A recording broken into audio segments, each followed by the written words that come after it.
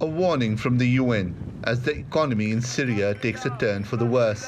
Even as active conflict in some areas has subsided, economic decay and the compounding impact of COVID-19 are driving deterioration in people's life experiences. Food insecurity and malnutrition are expected to rise significantly, as is the overall number of people in need of humanitarian assistance. The situation in Syria was already precarious before the pandemic, its economy wobbling during the currency crisis in neighboring Lebanon.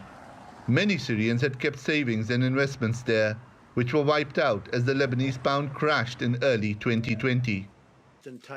The difficulty was compounded by sanctions, mainly by the US, which were implemented in July.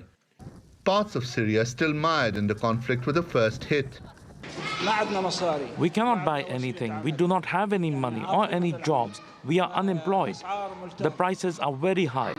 The shelter greatly suffers from everything, from thirst and from hunger. The humanitarian organizations haven't visited us in 2 months. When the sanctions were initiated, the World Food Programme said the fall in the Syrian pound had led to a 200% rise in the price of the national average food basket. It's a situation that's now enveloped the country, including the capital, Damascus. The UN says that's led to rationing of staple foods across the country, especially bread.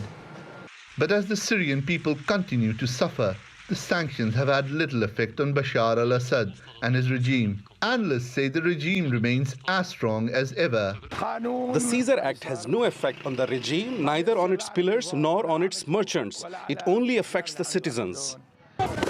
The main force behind the sanctions says it has no choice but to continue them. Each one of us must make the right choice.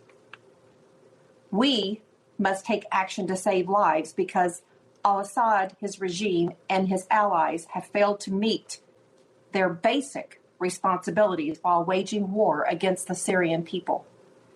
They have turned humanitarian aid into a weapon of this war for almost a decade. The Syrian people disagree. They say they are the ones being hit hardest. Shoaib Hassan, TRT World.